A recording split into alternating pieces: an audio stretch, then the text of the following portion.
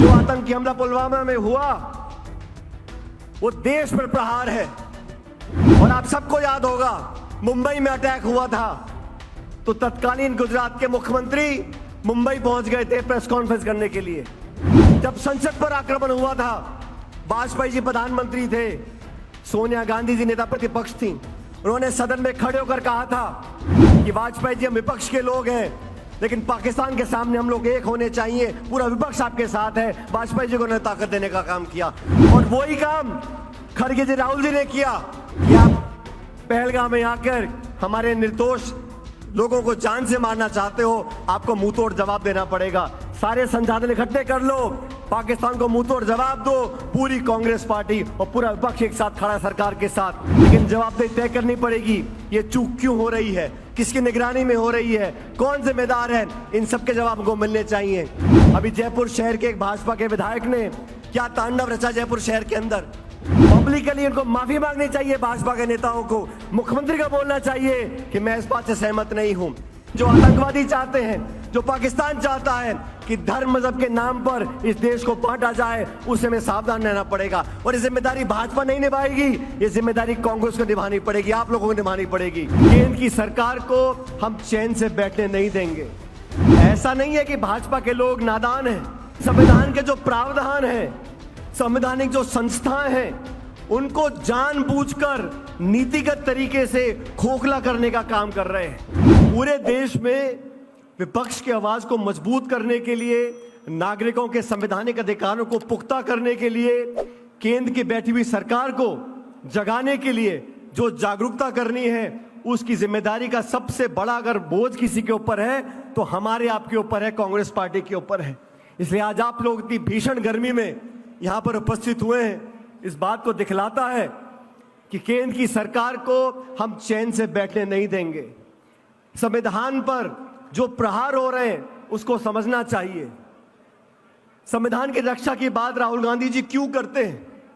ऐसा नहीं है कि भाजपा के लोग नादान हैं, वो संविधान को फाड़ के नहीं फेंक रहे हैं, लेकिन संविधान के जो प्रावधान है, संवैधानिक जो संस्थाएं हैं, उनको जानबूझकर नीतिगत तरीके से खोखला करने का काम कर रहे हैं।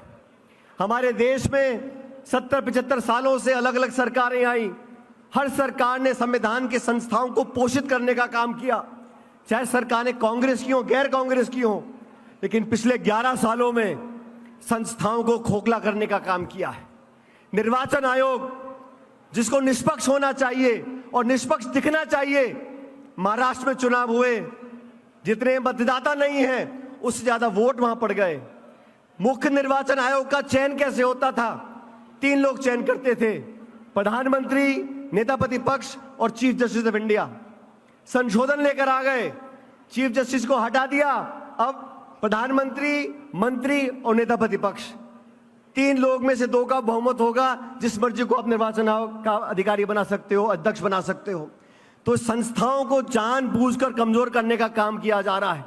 इसलिए हमें आह्वान करना पड़ेगा, राजनीति से ऊपर उठकर तमाम विपक्ष के दल एकजुट हो चुके हैं और हम कांग्रेस के लोगों की ये जिम्मेदारी बनती है कि सबसे अग्रिम पगड़ी पे खड़े होकर हमें अपने संविधान की रक्षा करनी है। मैं धन्यवाद देना चाहता हूं खड़गे जी आपका और राहुल गांधी जी का कि 2025 का जो साल है, ये पूरा साल संगठन को समर्पित किया है। पूरे देश भर में मंडल, ब्लॉक, जिला, प्रदेश, हर कार्यकर्ता तक हमको पहुंचना है, नियुक्तियां करनी है, प्रशिक्षण करना है। और दिशा में जूली जी और डोटासरा जी ने जो राजस्थान में काम किया है, उसके लिए मैं आपको धन्यवाद देना चाहता हूं। आज पूरे प्रदेश में कांग्रेस पार्टी जांबाज की तरह लड़ने को तैयार है। अभी जितेंद्र सिंह जी बोल रहे थे, जो आतंकी हमला पुलवामा में हुआ वो देश पर प्रहार है। ये जाति धर्म बिरादरी की बात नहीं है। और आप सबको याद होगा मुंबई में अटैक हुआ था तो तत्कालीन गुजरात के मुख्यमंत्री मुंबई पहुंच गए थे प्रेस कॉन्फ्रेंस करने के लिए। और उसकी दूसरी तरफ जब संसद पर आक्रमण हुआ था, वाजपेयी जी प्रधानमंत्री थे, सोनिया गांधी जी नेता प्रतिपक्ष थी। उन्होंने सदन में खड़े होकर कहा था कि वाजपेयी जी हम विपक्ष के लोग हैं लेकिन पाकिस्तान के सामने हम लोग एक होने चाहिए, पूरा विपक्ष आपके साथ है। वाजपेयी जी को उन्होंने ताकत देने का काम किया और वही काम खड़गे जी राहुल जी ने किया कि आप पहलगाम में आकर हमारे निर्दोष लोगों को जान से मारना चाहते हो, आपको मुंह तोड़ जवाब देना पड़ेगा। सारे संसाधन इकट्ठे कर लो, पाकिस्तान को मुंह तोड़ जवाब दो। पूरी कांग्रेस पार्टी और पूरा विपक्ष एक साथ खड़ा है सरकार के साथ, लेकिन जवाबदेही तय करनी पड़ेगी। ये चूक क्यों हो रही है, किसकी निगरानी में हो रही है, कौन जिम्मेदार है, इन सब के जवाब को मिलने चाहिए। इस नाजुक मौके पर पूरा देश आज एकजुटता से खड़ा है, लेकिन जो आतंकवादी चाहते हैं, जो पाकिस्तान चाहता है कि धर्म मजहब के नाम पर इस देश को बांटा जाए, उससे हमें सावधान रहना पड़ेगा। और ये जिम्मेदारी भाजपा नहीं निभाएगी, ये जिम्मेदारी कांग्रेस को निभानी पड़ेगी, आप लोगों को निभानी पड़ेगी। अभी जयपुर शहर के एक भाजपा के विधायक ने क्या तांडव रचा जयपुर शहर के अंदर।